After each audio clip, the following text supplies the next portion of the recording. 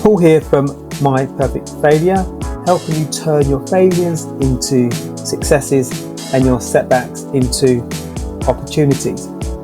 What does it mean to embrace your sensitivity in a world that expects toughness, especially as a black man?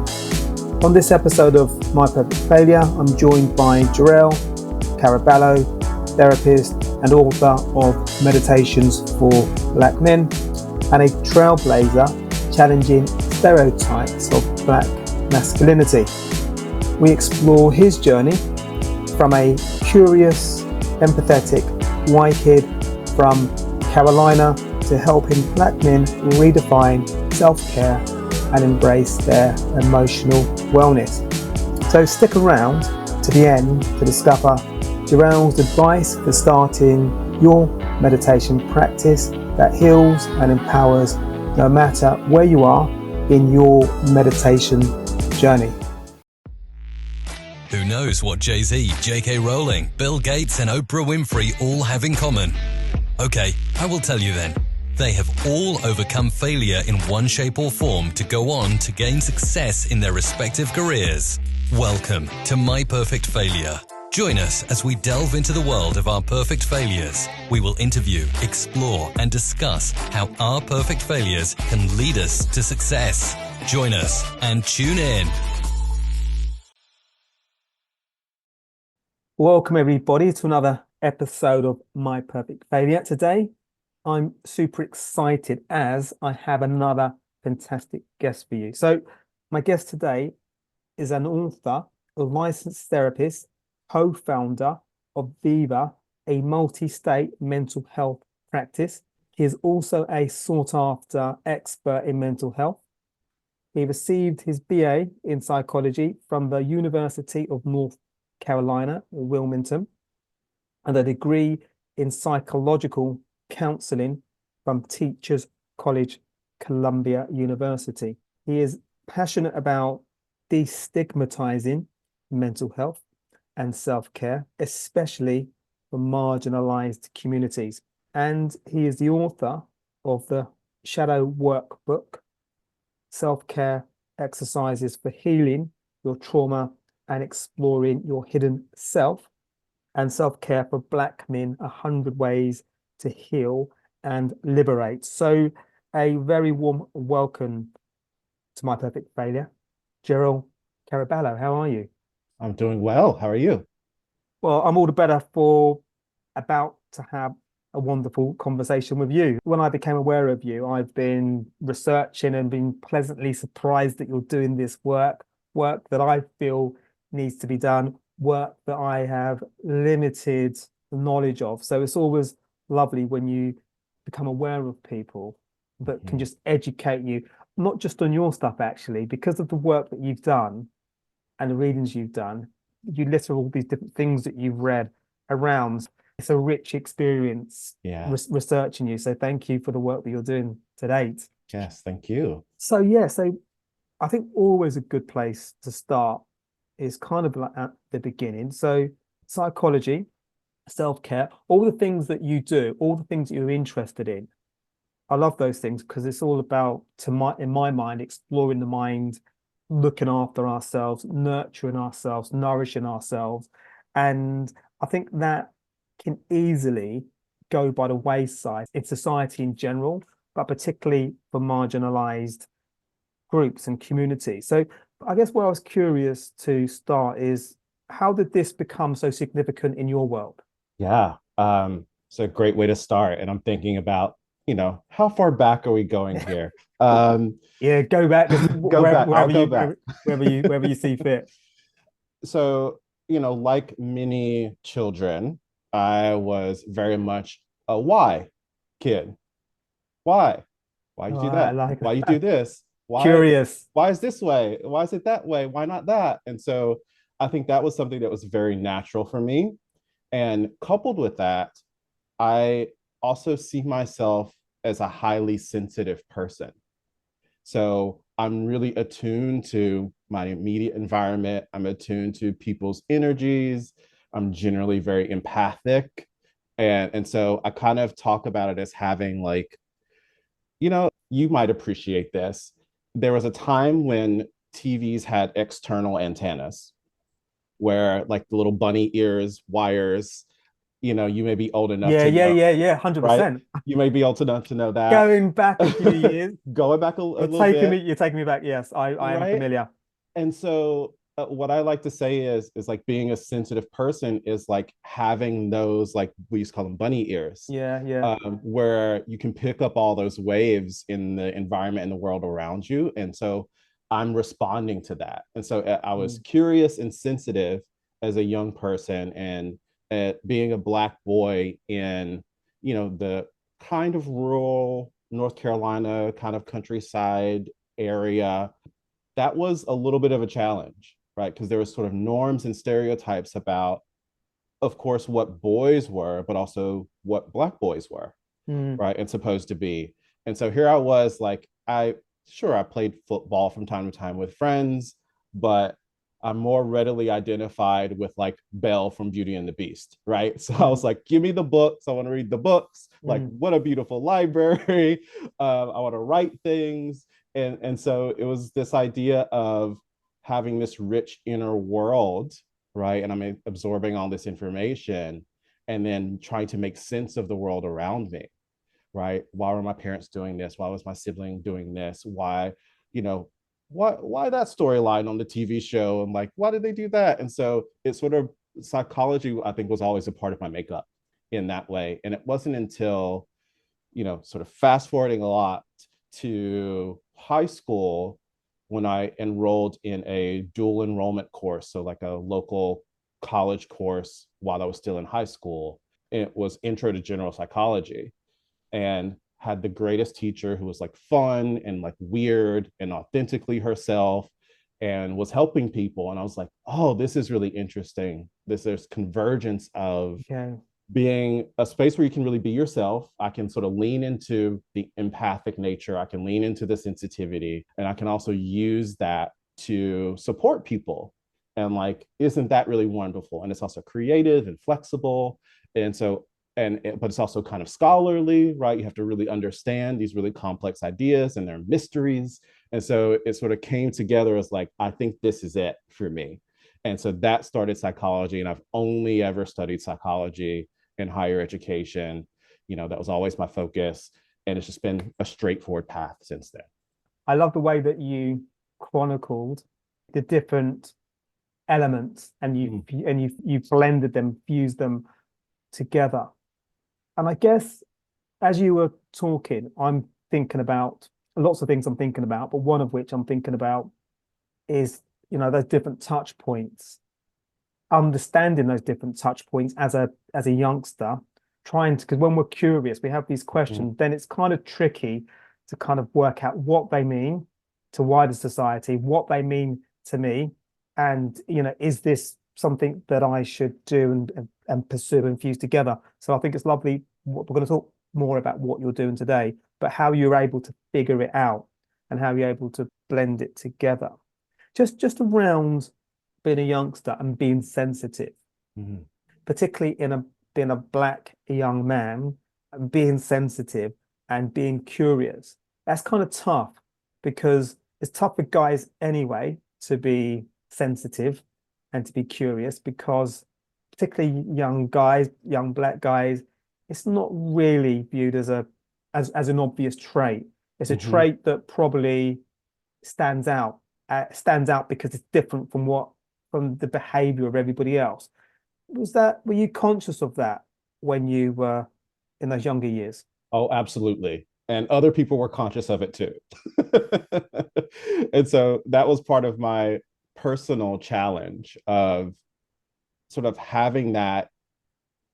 It's really interesting because, I think in large part, I was very average, right? I was sort of doing the things in school. I did well in school, a little bit of a nerd, which I sort of own that badge proudly, like cool. Own it, own it. Yeah, I was a bit of a Absolutely. nerd. Like that was exciting to me. School was fun in that way.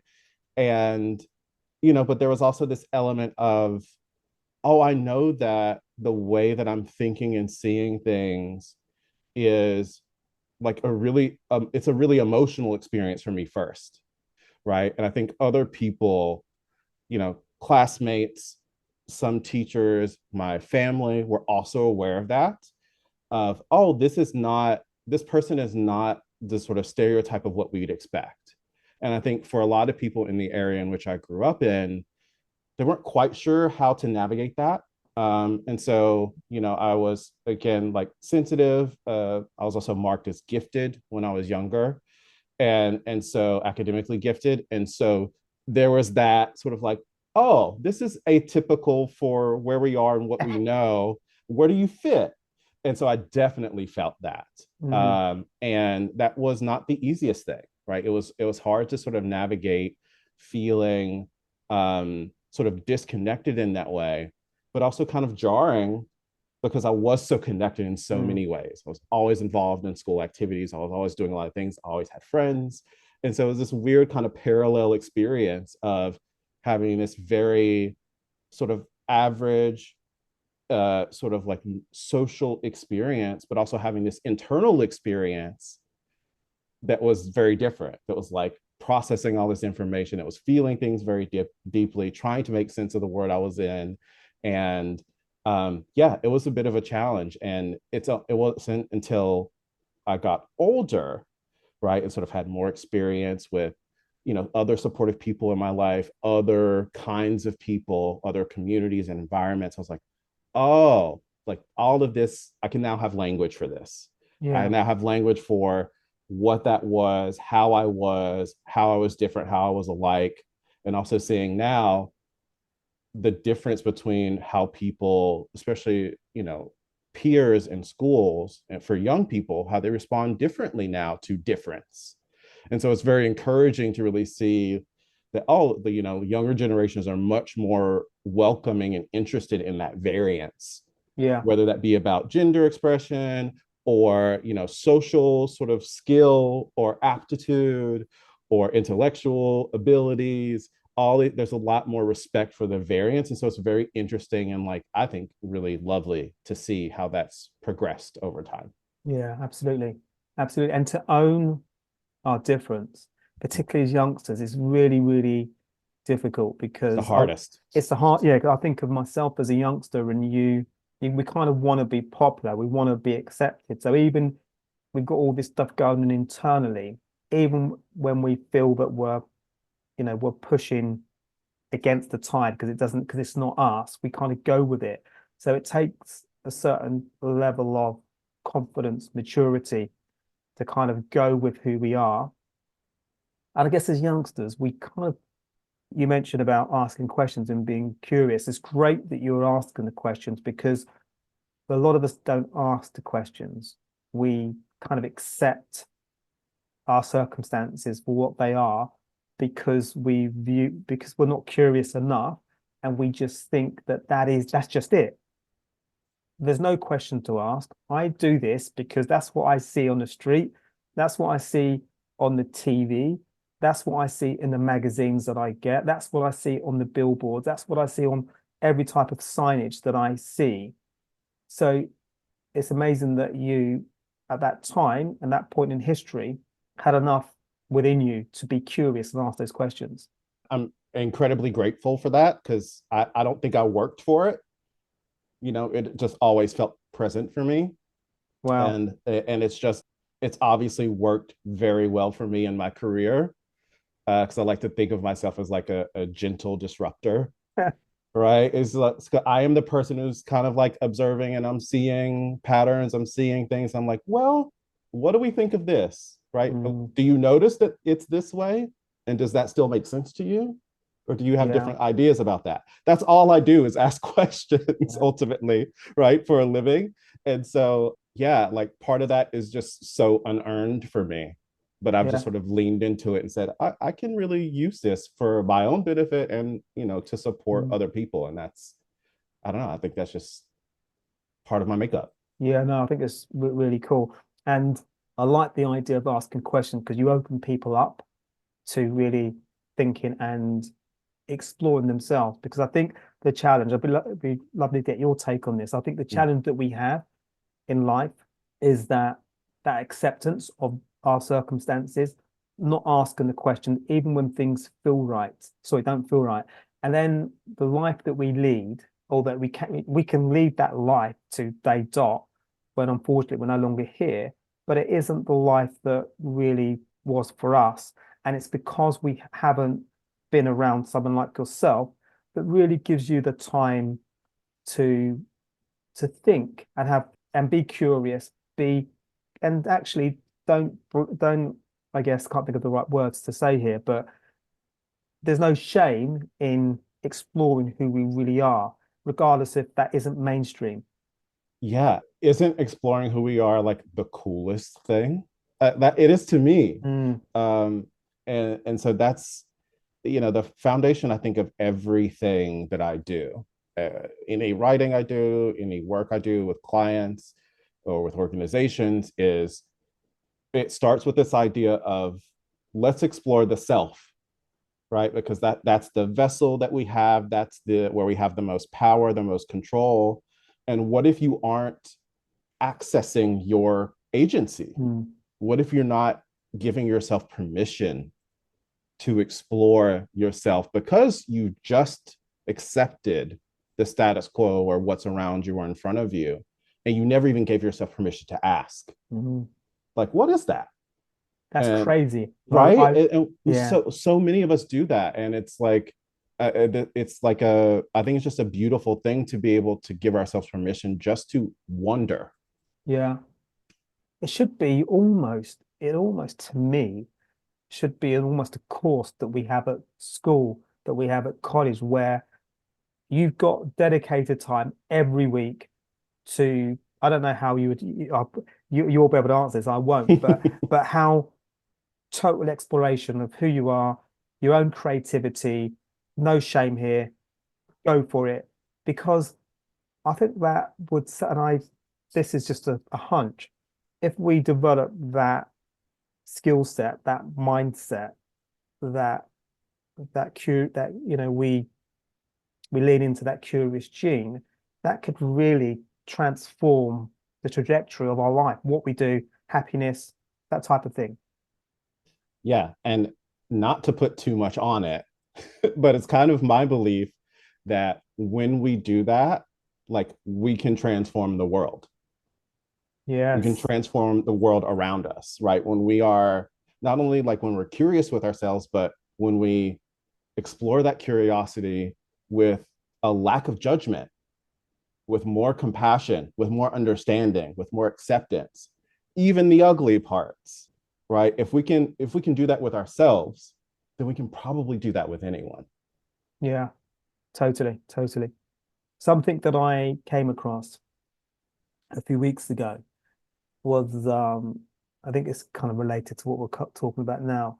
Pharrell Williams even was talking Mm. about the idea that we all should embrace our individuality. I don't know whether he's read your book, but he should, because because some of the things that you've said, kind of things that he said about at school, probably viewed as a bit of a nerd because he was totally into, I guess, his music in a different sort of way. He dressed differently. Fashion was not quite the same. Even when he came out as an artist, people kind of didn't know quite where to place him because different.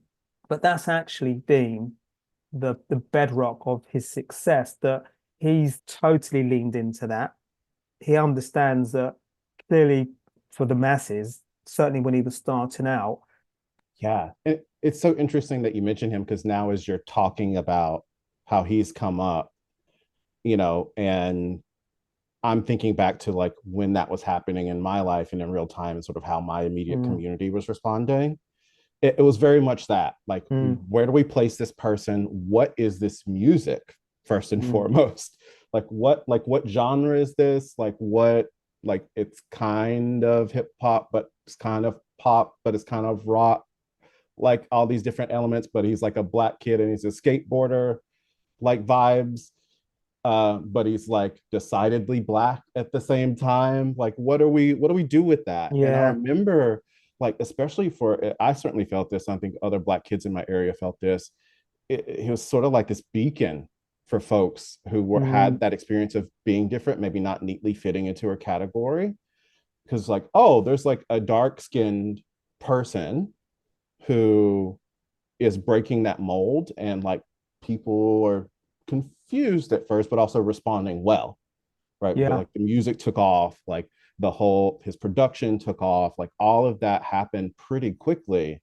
And I think it gave a lot of people permission to sort of say, all right, like I'm sure, I would imagine that skateboards sales in the US Yeah. among Black kids probably went up, right? Because we're like, all of a sudden now we have a bit more permission to say, like, what if I want to do this, right? This could be fun. I never did because, like, I would break everything in my body. But, Same, same. you know, Don't have the coordination for that at all. so, but yeah, it's interesting you bring it up because I think he's like a really good example of that, like having such a strong sense of self Yeah. You and should owning that. definitely send him your book because he's 100% still banging that drum because Mm, he knows that I guess I'm not sure what his lens is, but I think his lens is that people still aren't exploring who they really are. People are going with trends and it's not really them. We all can't be the mm, same person. We can't have 8 million right. people on this earth and we all want to be exactly the same thing. That Yep. isn't individuality at all. Yeah. So university happened. So university, I guess, was quite pivotal for you. And also reading. I noticed I don't know if I heard this, I read this somewhere, but Eckhart Tolle was very important in your, I guess, trajectory in your development. Yeah. It's interesting. So my exposure to him actually came after college, university. And so at that time in my life, I was essentially, so to talk about like failure, which was certainly, you know, language I used internally at that time.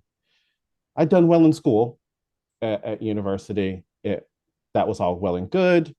But this thing happened where the plans for after that fell through. My expectation was I was going to go to graduate school right after. I was going to go for counseling. That was what was going to happen. And I basically only had like one or two schools in mind that were local. I was going to stay at home, save money, and go to graduate school. I'm not sure how this happened, but like I missed deadlines for application and I didn't really have a backup plan. And so here I was, like spring semester, senior year, thinking like, oh gosh, like what am I going to do? Am I going to have to work a job that I don't like? Like where am I going to live? Like would I still stay at home? Like what's the plan going to be? And for someone like me who had always been considered this like high achiever, et cetera, like that was failure to me. And it brought on a lot of anxiety for me. And some really fortuitous things happened and essentially ended up meeting someone who I was working with who recommended Tolle's book to me, The Power of Now. And it was just like world changing because here I was in the midst of all this uncertainty, ambiguity, anxiety about the future. And here was someone offering me this opportunity to just really be present in my current experience and fully absorb what that was. And that wasn't language I'd really been exposed to before. It wasn't an idea that had been given to me. And so and I remember this, you know, when I was reading the book, the ideas in it were so new to me. I often found myself rereading pages like multiple Mm, times. I was like, what is happening here? I don't get it. I need to understand. And so it was the book itself, reading the book itself was like meditative for me because I was really in those pages. And it introduced me to mindfulness. It sort of deepened my understanding of like meditation. And so those ideas certainly I've carried with me since then, and they've been a part of my daily life, and you know have sort of led me to where I am today. yeah. On reflection, do you ever think that actually missing those deadlines. That does happen. I think we've all been there. Do you think that that actually was kind of serendipity, that it actually was important because it's really defined, I guess, the direction of travel since that point? Absolutely. I say that that time in my life really, and it wasn't until I sort of had more language later to understand it, was all about synchronicity and flow. And as someone who can be very routine oriented and like some might argue rigid in that respect in routine, this was a whole new paradigm of like, you just have to like go and figure it Mm. out. Let's see what happens. Like do your best to prepare, but kind of see what happens. And the to sort of do the Cliff Notes version of the sequence of events was that same semester in undergrad, I was interning at the local, not the local, the on-campus counseling center. So I was working there. They invited some guest speakers to come to campus, um, who were four recently graduated college men who would travel around the United States giving presentations on sexual assault prevention. And they lived on an RV while they did it. So my internship coordinator supervisor was like, go to this presentation. I think that you like it, explores like the idea of gender differently. This gender-based violence was some of the work I had been doing. And went to the presentation. They were, I talked to the guy, one of the guys after the presentation. I was like, this is amazing. I've never seen men talk about things like this, et cetera, et cetera. He said, you know, it's interesting. We had, for next year's tour, we have three of the four guys. The fourth guy decided he couldn't do it. Would you be interested? I was like, no. No, I do not want to make a living speaking to people publicly. And also living on an RV with three other guys after, for an academic year? Eh, not really. But that's what ended up happening. That was the option that was presented to me because I was in my program in school, because I failed in this application process for graduate school. That opportunity was open for me. I went, interviewed. The guy was like, you're the person. Are you ready to go? And I was like, I guess. You're the fourth Beatle. I was the fourth Beatle, right? And then on that tour, so we're touring around colleges, military bases, it was beyond. We stop at Tulane University, which was a school in New Orleans, which I had applied to for undergrad, but it was too expensive. And on that stop, someone said, hey, I think you'd really be interested in this program up at Columbia. You should apply. I ended up applying, got a job there, moved to New York, fall 2008, and the rest they say is history. Wow. Yeah, Wow. incredible. Yeah. It just shows you about the serendipitous nature of life. And also, for me, it's also as well, and this might be slightly off topic, but it's kind of recognizing those moments because I'm always curious in life when do we recognize those moments? And actually, sometimes when do we let those moments slip by Yeah. the wayside? And some of them that slip by the wayside, maybe we remember, but there's an awful lot potentially we don't. Yeah. That could be that was the lane that I was meant to be on. And that could be in any field. It could be in your field, it could be in my field, it could be an actor, be a sports person, different, business person, whatever. Yeah, it's, you never quite know, but I Mm. think this is what I appreciate about mindfulness is I think it gives us the best opportunity to be aware Yeah. of like, you can, if you can really be present in these moments, like when I was meeting, this person at that school and we were just having a casual conversation, right? About like what my plans were, what was going on. And I was just very present. And when they presented this option, I was like, well, I've always loved New York, never really saw it as a possibility again, curiosity. What if it could work? Yeah. Let me look into it. I gave myself that permission. And here we are.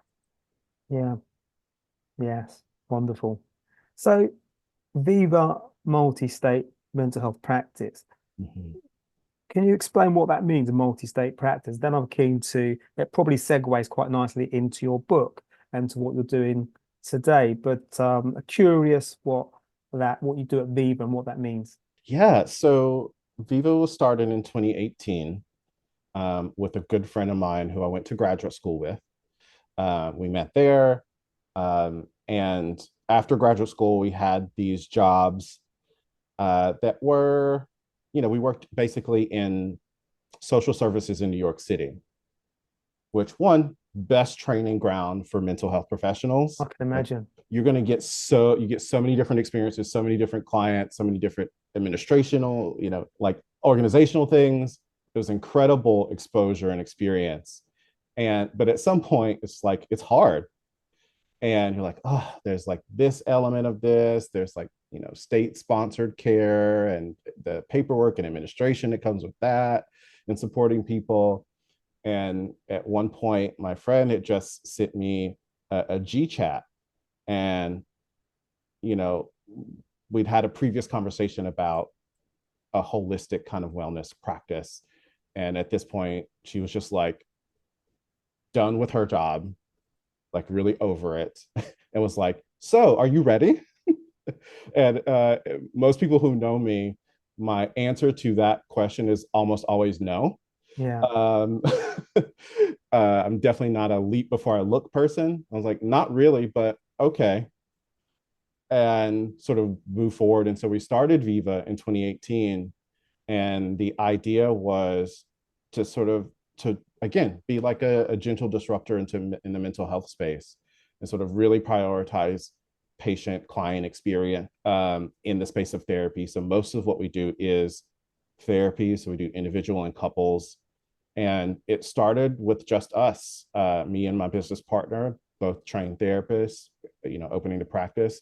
And we very quickly learned that there was a market for what we do, and people were Mm. seeing us as people, as our authentic selves, and talking about the things that we were talking about online. And so then we started to grow our team, and so that extended out to providers in different states. And so we have providers in a few states across the United States, serving different populations with, they have different skill sets. And some people are like trained in art therapy. Some people are trained in like specific trauma modalities. Some people love working with couples. I don't work with couples because like my brain can't compute that quickly, Mm. multiple people in the same space. And so, yeah, we've been doing that for the past few years, and we've gone fully remote since COVID, and stayed that way because people really appreciate that. So we do therapy, we do workshops and presentations for organizations and businesses, educating them on like not just workplace wellness, but also, again, a core of what I do is like starting with the self at work. Yeah. So both like for employees, but also for leaders, right? Yeah. Like everything about you influences all these people who work for you. So how are you focusing on you? How do you know you? How can you manage you? And not just learn all the sort of typical things of like, this is how you manage well. It's like, well, yeah, but it's also about you at the core. Yeah. Yeah. So yeah, we've been doing that for several years, and it's been really amazing. Well, it sounds amazing. It sounds amazing. The different pots that you guys operate in, Yeah. from individuals to couples to business to leaders. So there's everybody is catered for. Yeah. So what was interesting researching you and just leaning into what you're doing today, particularly your book, and I guess it's all blended together, but it's self-care, meditation, self-care. To me, they appear to me to be an afterthought in most of our lives. We don't really, as soon as we leave college, university, we enter the rat race, whatever that looks like for us. And we don't really think about well-being. We don't really think about self-care. Yeah. So so I love what you're doing. So why is that? Why do we neglect ourselves? Why do we not think about self-care as a priority? Yeah, well, I think first and foremost, we don't think of self-care as a priority is because that's not what's communicated to us, structurally, systemically, socially, culturally, especially in most places in the West, right? It is, we're focused on achievement, hyperproductivity, capitalism, etc., right? Which basically flattens the self, right? For the sake of progress. And it's like, well, if you want to make the kind of money that you want to make, if you want to have these things that you want to provide for yourself and or your family, if you want to be a good citizen, et cetera, et cetera, et cetera, you will have this kind of job, you make this kind of money, you'll do this kind of thing. And there are so many scripts for us to follow. And I was actually talking to a client about this recently. To our earlier part of our conversation, the scripts are there, right? And it's not until there's like a big period of change that we stop to acknowledge the scripts have always been there. And then you have to sort of regroup and say, oh, wait, what now? Now I've played out the script to all the things that I was supposed to do. Maybe I got the job, maybe I got married, maybe I had the kids, bought the house, all these sort of like scripts. Now that that's happened, I don't know what else I have. What do I do now? Who am I now? Right. And so that happens I think it's happening more often now. But I think that's a big reason why we don't ask ourselves that, because like we're not taught to and we're not given license to. Yeah, absolutely. Absolutely. And then then I imagine it becomes foreign to us to even explore that curiosity. You was curious as a kid. But even when we have those red flags that say, Paul, that curiosity, explore it now. Do not leave it any longer. You kind of don't, I'm going to ignore it. And I think that's what we do. So it probably leads us quite nicely to your book. I don't know whether you've got a copy you can show us. If not, don't worry. I don't. Okay, don't worry. I'll get a link, put everything on the show notes, because I'm going to encourage everybody to get the book. So tell us about the book, particularly in relation, because I know your focus is on Black guys, because I do feel there is a challenge there. What was the premise of the book? Yeah, so I think part of my mission in my work, just broadly, is, again, as we've been talking, helping people focus on the self, right? Because I think once we have that, we can extend all of that goodness outward. So that's always been there. And I think another part of my mission was to essentially help open up doors for people who look like me and come from the background that I come from, to help people give themselves, again, permission to have the conversations about emotions, about mental health, about psychology, about spiritual things in new ways, especially for Black men. Because when I look at, I've sort of been in mental health and wellness for a while now, there's been this explosion online of, wellness creators. And when you look at them, they don't look like Black men. Yeah. Right. And in addition to that, if you do find, and this is changing, thankfully, but most of the time when you look for Black men in the space, it's just fitness. And it's also a particular kind of fitness, right? It's like, it's not just like take care of yourself. It's like get ripped, look this way, gains, et cetera, et cetera. And so I wanted to be a part of this like venture of, again, continuing to expand the definitions of how we can see ourselves and say, you can be this kind of person, this kind of Black man who's interested and invested in his mental emotional health, who's interested in having better relationships, who's interested in sort of healing from the things that have been really challenging for him, in his past. You can be that Black man. There's a space for you. And so with Meditations for Black Men, it is this next step in giving people concrete tools of like, if you want to be with yourself and be with yourself in a new way, this is a practice of doing that. You can do this meditation. This is your practice. Make this your daily, your weekly, your monthly practice of having this meditation with you as a way to connect with yourself and to heal yourself and be with yourself.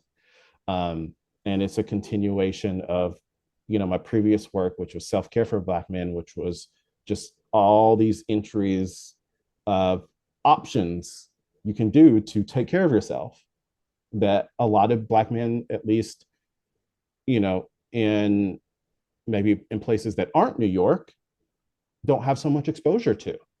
Yeah. If you're not from a big city, you're not used to guys like one going to therapy, doing like getting a massage, trying out acupuncture, trying a new spiritual experience. Like, there's so much in these sort of metropolitan areas, freedom that people have to kind of dip and do and try that I forget sometimes, and a lot of people forget that those places are small portions of the country. A lot of people live there, right? But that's not the vast majority of like the United States, for example. There's so many people in medium, smaller towns who have all those scripts right in front of them, containing them. And like for me, now here are books and here are ideas that maybe can help expand your world in a way that's really beneficial for you. Yeah, totally. I'm thinking around, and I'm thinking around this because I've heard you talk about it before, masculinity. So masculinity, I guess, comes up quite a lot for guys in general, but particularly in the Black community where guys, there's a supposed coolness about acting tough, about being cool that potentially doesn't correlate to who we really are and self-care and wellness. So I guess what I'm thinking around that, how do we engage that and actually give Black guys particularly permission to actually, okay, you can be cool, but coolness is 100% your self-care. It's your mindfulness. It's, why don't you look at a meditation practice? It's almost like packaging that's your real coolness. Yeah. I was introduced to the work of Bell Hooks when I came to New York as well. And if for any person who's sort of engaged with, Bell Hooks' work, that it is loving and also a bit cutting. You're going to see yourself, you're going to feel called out. You're going to, right? Like you're like, oh no. That's okay. a direct shot In the heart. And, that was one of those moments for me where I was given permission to challenge like Black masculinity and coolness. Even though I'd already had this history of feeling like, I'm different than like a lot of my peers in this way. Maybe I behave or act in different ways, right? That was the sort of linchpin moment. Oh, that's also a betrayal of myself if I only follow these scripts, right? And so in meditations for Black men, there's actually a meditation called Redefining Black Masculinity. And it's all about that journey of one, opening the door, saying, hey, we can give ourselves permission just to look and explore as to what this is first. And then maybe start to consider, is there something else you want from this experience for yourself? Are there ways in which this is limiting you or hurting you or harming your relationships? Give yourself permission to maybe open it up a little bit and adjust and see what happens. Yeah, absolutely. A question around the book. So I think I've got two questions that I'm gonna fire at you. So one is, what age group would you ideally want people to, or what age would you ideally like people to start reading the book? And also for people that are thinking, yes, this really sounds like something that I need to explore. It might actually be a parent who's got an 18-year-old kid and she's thinking, I want him to be reading this book. I want him to be engaged in the material. It might be a partner recently got married or something. I'm making up these random scenarios, but it could be a partner. It's actually, this would be, I'm all about empowerment for my husband. I want him to have access to this book. This sounds like this is what he's been searching for. So is there an age group that you would start with the book? And also, if you can give us a flavor of how you would like people to engage the book? How is it set up? Is it's reading, it's audio, it's meditations? Yeah. So for the program, the book, I think it's mostly for adults. It's not explicit in Mm, any way, but I think the ideas, right, are pretty complex. So yeah. you certainly want to have, an older teen, I think would probably be the youngest to sort of So engage with okay, it. late teens. Yeah, just because like the ideas, again, we're talking about sort of unpacking masculinity. We're talking about exploring family wounds. We're talking about Mm, connecting to like ancestral sort of spirituality, right? These are big and abstract ideas. And so I think, again, case by case basis, but I think generally speaking, you want to have like an older teen or someone who's sort of engaged in that sort of thought mm, process level to begin with. But yeah, I call it a book. Sometimes I call it a program because it is an audio only book at this point, and so it really is again meant to be experienced as a tool. Like these are yeah. meditations, right? There's some exposition of like the introduction and my experience and things, but this is a tool for people, and so there are 10 different meditations on different topics in three categories of body, mind, and spirit. They vary in length, and we're very conscious of that one, just based on people's time and availability, Yeah. but also and based on people's experience level, right? Like in each section of body, mind, and spirit, we have a shorter, a medium, and a longer meditation. So you can, try the shorter ones, if you're new to it, and you can do those 50 times before you move on to something that's a little bit more time or Mm, it's abstract or a little bit more advanced in its concepts, right? And so there's a lot for everyone. And I always say, the best thing about something like this is that it can be a gift to ourselves and it can be a gift to other people, right? It's a resource, it's a tool. mm, And so the best sort of thing for me to hear is that people say, yeah, I'm going to get this from my husband. I'm going to get this from my mm. partner. I'm going to get this from my son because I know he's been struggling and maybe he's not, up to going to therapy yet, but I know he needs something more than he's been doing. So I love that. I love the idea of sort of being people's entry point into this world Mm. of more mental health, more emotional health, especially if they're Black folks and other people of color. Absolutely, absolutely. And also, I think it's important for the paradigm to shift, for people to think differently. Because I think as a collective, I think the majority of us think in in the way that society sort of has programmed us to think and act. And we do need these, your book to really get us to stop, think, and actually be, to your point, when your colleague asked you, are you ready? We're never kind of ready. We just have to take the moment. And I think this book is the opportunity for people to actually take the moment.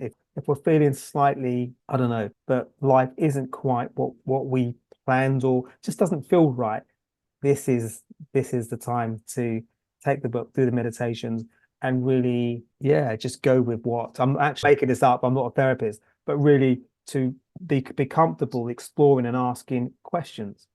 Yeah, seeing where it takes you. Yeah.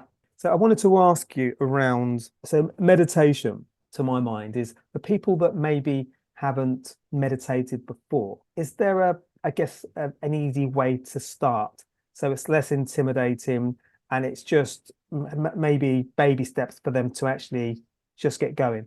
Yeah, and this is something that isn't addressed in the book as well. I think one, especially for Black folks, at least in my experience, disentangling the idea of meditation having to be a religious thing. Yeah.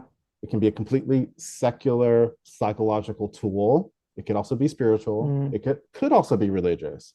But the way in which I present it is that it's a secular tool for people to use. And for people who are new to meditation, who aren't sure how to do it, they're concerned about doing it right. I address that in the introduction. perfect. It's all Perfect. good. We make Uh, mistakes. It's about the practice, right? All of those things. But also, again, like this is why the content of the book starts with body first, because it's about us getting comfortable with the idea of awareness Mm. before we start to invite all these other more complicated ideas. And so we start with breath. We start with, okay, can you just be with your breath? Can you notice your breath? Distractions will come, other thoughts will come. That's fine. Just bring it back to the breath. That is meditation. Mm. And so starting there, I think, sort of opens the door for people to say, this is not what I thought it was based on all the stereotypes of people talking about it. You don't have to be chanting specific things. There are different forms of meditation. And, give it a shot.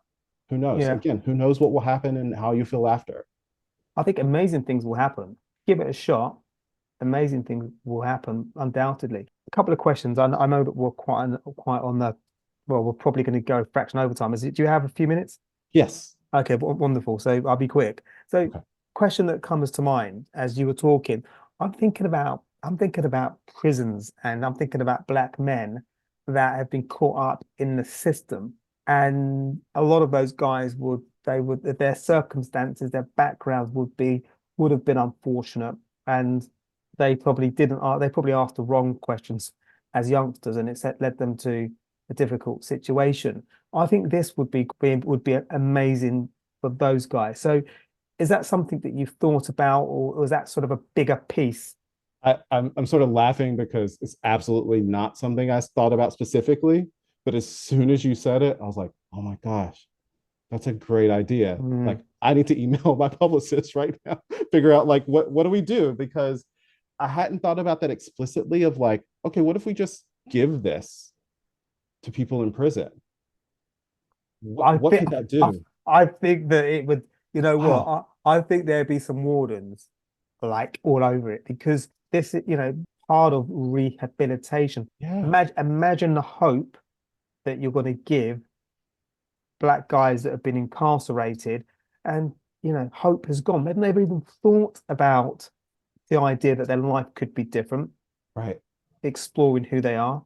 But what this could be, not could be. I'm emphatic. It could be, pretty transformational for a lot of people's lives. Incredibly impactful, and also, I not knowing what I imagine these guys have a lot of, well, we know they do. They've got a lot of free time, and to give them Mhm. access to something that really can just pollute their minds with goodness. Yeah. So Yeah. yes, I have my fingers crossed. Good luck, Yeah. good luck with I, that. I will email you Def, the def, follow-up when that Definitely do happens. that. And obviously we got our guys over here as well. So if it goes well in the States, let us know, and hopefully we can do the same in the Yeah. UK.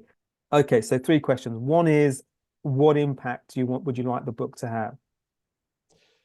I think ultimately and foundationally, the impact I want this book to have is to let Black men know that they matter and that someone cares about their well-being, their health, um, and yeah, that someone cares enough to invest in this realm in which we don't often see ourselves, and that they also have access to health, wellness, progress, prosperity, healthier relationships. I really want those to be the things that people can walk away from this with. Amazing, amazing. And so where can people find you? Sure. So people can find me online on socials at Jor-El Caraballo. That's JorelCarabballo.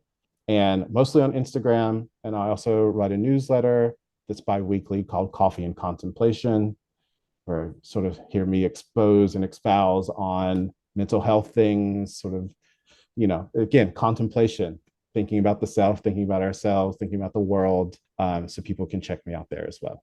Amazing, amazing. And of course, the book. Hopefully, I'll get a link and people will be able to access the book. But if people want to delve into the book, right, where can they find the book? Yes, Meditations for Black Men is available via audiobook and is available wherever books are sold on 1029. Okay, and fabulous.